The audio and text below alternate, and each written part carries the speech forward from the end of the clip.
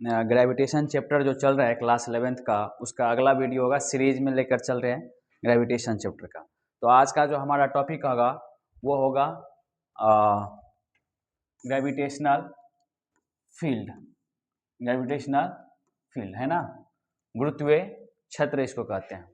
अब देखिए, जो पृथ्वी है, पृथ्वी जैसे ये हमारे पास एक पृथ्वी का ये है, तो इसके चारों तरफ, ठीक है, इसके चारों तरफ ऐसे एक फील्ड है। फील्ड मतलब एक क्षेत्र है जिसमें कोई ऑब्जेक्ट आएगा तो इस पर एक फोर्स लगेगा, ठीक है।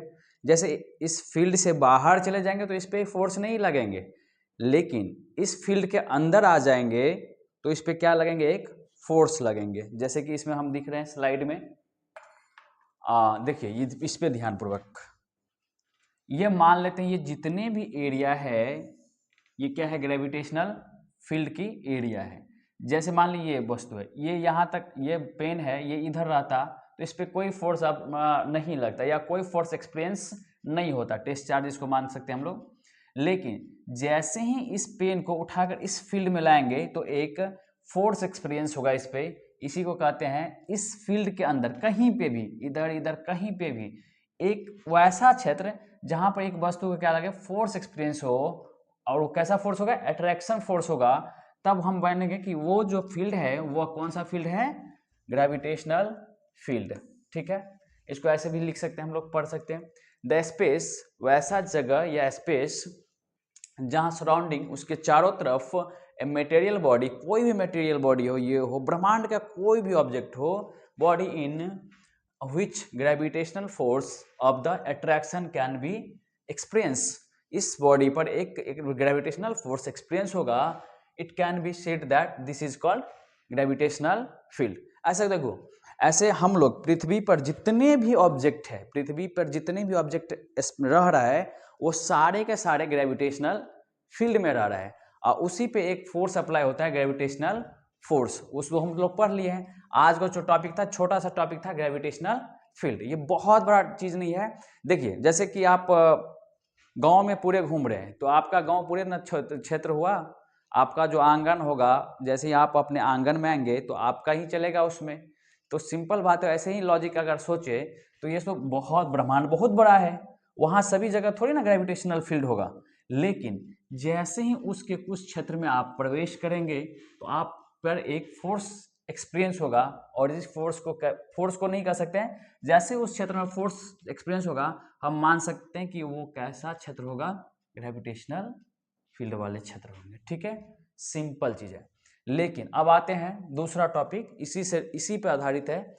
दूसरा टॉपिक है हमारा ग्रेविटेशनल, दूसरा जो टॉपिक है हमारा ग्रेविटेशनल फील्ड इंटेंसिटी। अब देखिए, कोई भी क्या कहते हैं ऑब्जेक्ट, इस मान लेते हैं ये जो सर्कल है, ये सारे के सारे कैसा क्षेत्र है, ये सारे के सारे मान लेते हैं ग्रेविटेशनल फील्ड है, ठीक है। यहां तक घूमेंगे कोई वस्तु तो इस पर कोई फोर्स नहीं लगेंगे, कोई फोर्स नहीं लगेंगे। लेकिन जैसे ही इस लाइन के अंदर आ जाएंगे तो इस पर फोर्स लगेंगे, टुवर्ड्स द, ऐसे लगेंगे ना, इनसाइड अट्रैक्शन फोर्स। तो वो कितने लगेंगे उसको कहते हैं ग्रेविटेशनल फील्ड इंटेंसिटी। अब देखिए, इंटेंसिटी का फॉर्मूला होता है, इंटेंसिटी का फॉर्मूला, इंटेंसिटी एक वेक्टर फॉर्म है, उसका फॉर्मूला था इंटेंसिटी का फोर्स अपॉन मास, ठीक है। तो इसी फॉर्मूला का यूज करके हम लोग इस ग्रेविटेशनल फील्ड इंटेंसिटी का फॉर्मूला यहाँ पे कैलकुलेट कर सकते हैं, ठीक है। तो पहले इसके लिए हम एक शेप बनाएंगे। मान लेते हैं ये एक छोटा सा एम मास का प्लैनेट या कुछ भी हो सकता है ये, ठीक है, जिसका मास क्या है, कैपिटल एम मान लेते हैं।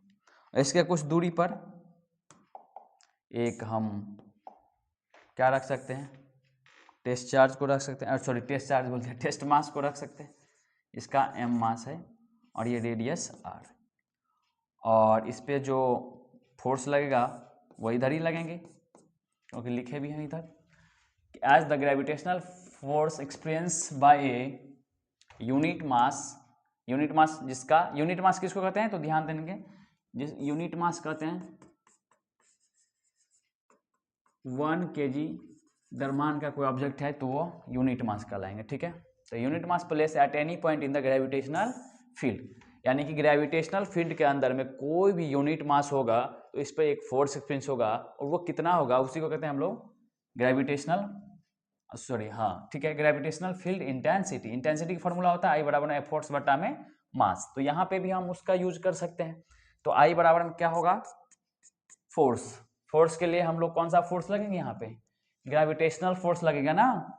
तो ग्रेविटेशनल फोर्स के लिए जो फॉर्मूला होता है वो क्या होता है, जी एम बट्टा में आर स्क्वायर, ठीक है। और ये मास तो रहेंगे ही रहेंगे, तो मास हो गया, तो ये कट जाएंगे, क्या हो जाएंगे फिर, ये एम से एम कैंसिल। तो आई के लिए जो फॉर्मूला निकल गया वो जी एम बट्टा में आर स्क्वायर, ठीक है। तो ये हमारे पास हो गया किसका फॉर्मूला, फील्ड इंटेंसिटी का। और देखिए ये जो फील्ड